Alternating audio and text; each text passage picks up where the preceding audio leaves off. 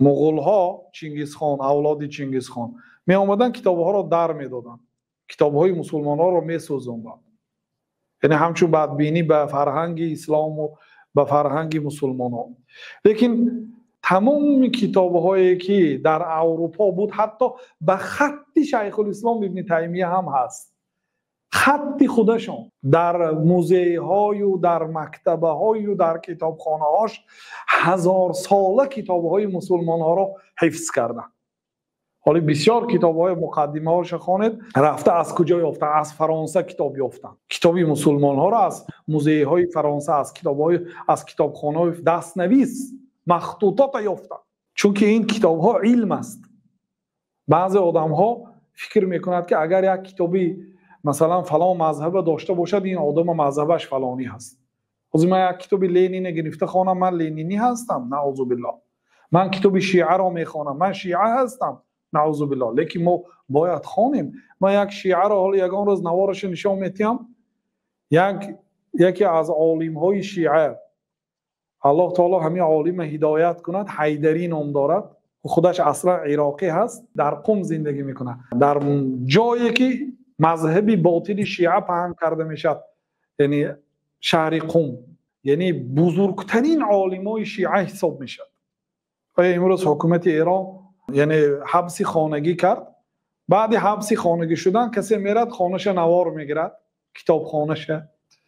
سبحان الله، میگه که من همینجا میگه یک قسمتی خانه‌ش نشان میداد 4000 دانه کتاب اهل سنت و الجماعت است. یگان اصل از اصول اهل سنت نیست مگر هم در همین خانه من هست. میگه 4000 کتاب اهل سنت و الجماعت. 2 نسخه مجموع الفتاوی شیخ الاسلام ابن تیمیه را نشان میدهد.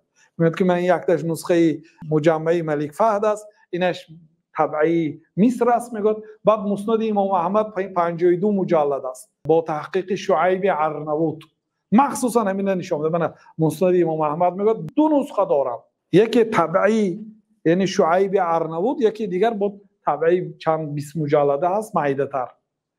یعنی از هر یک کتاب تفسیرهای اهل سنت و الجماعت، تمام تفسیرهای اهل سنت و الجماعت دارم. اضرب لكم مثال، هذه مجموعه فتاوى ابن تيميه، هذه طبعه وهذه طبعه ثانيه. هذا المسند، مسند احمد بن حنبل، كم 20 مجلد، نفس مسند احمد بن حنبل بتحقيق شعيب الارناؤوط في 56 مجلد. هذه تفاسير، هنا 120 تفسير للقرآن. 4000 کتاب اهل سنت و الجماعت در خانه شیعه دارد، هیچ کس به سنی نمیگه. ما اگر یک کتاب یک عالم داشته باشیم، اوه کتاب یک وهابی دارد، این وهابی هست. اوه کتاب یک سلفی دارد، این سلفی است. یک کتاب اشعری دارد، اشعری هست. آدم علمدار باید از همه کتاب بخواند. او ضعیف و صحیح کی جدا کرد برای ما؟ تفسیر ابن کثیر، صاحبش امام ابن کثیر شاگرد شیخ الاسلام، صاحب عقیده درست، در کتابش حدیث‌های موضوع دارد، حدیث‌های ضعیف دارد، ولی با سند روایت کردگی است.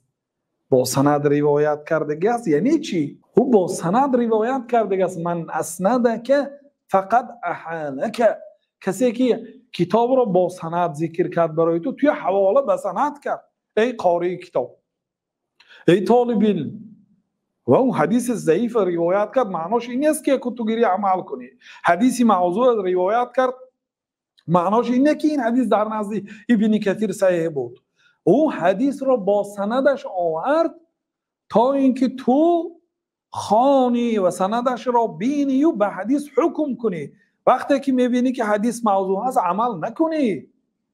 اون بعضی کتاب ها جمع است، جمع آوری هست، مصنفش رد زدن به هر یک مقاله و به هر یک حدیث و به هر یک اثر به خودش لازم ندانست است. مادامی که چون که قاعده هست در بین علما، مادامی که با سند ذکر کرده است، تو رو به حواله به سند کرده است. خودت بین این سند آیا همین خبر درست است یا نه، آموز بعد حکم کن.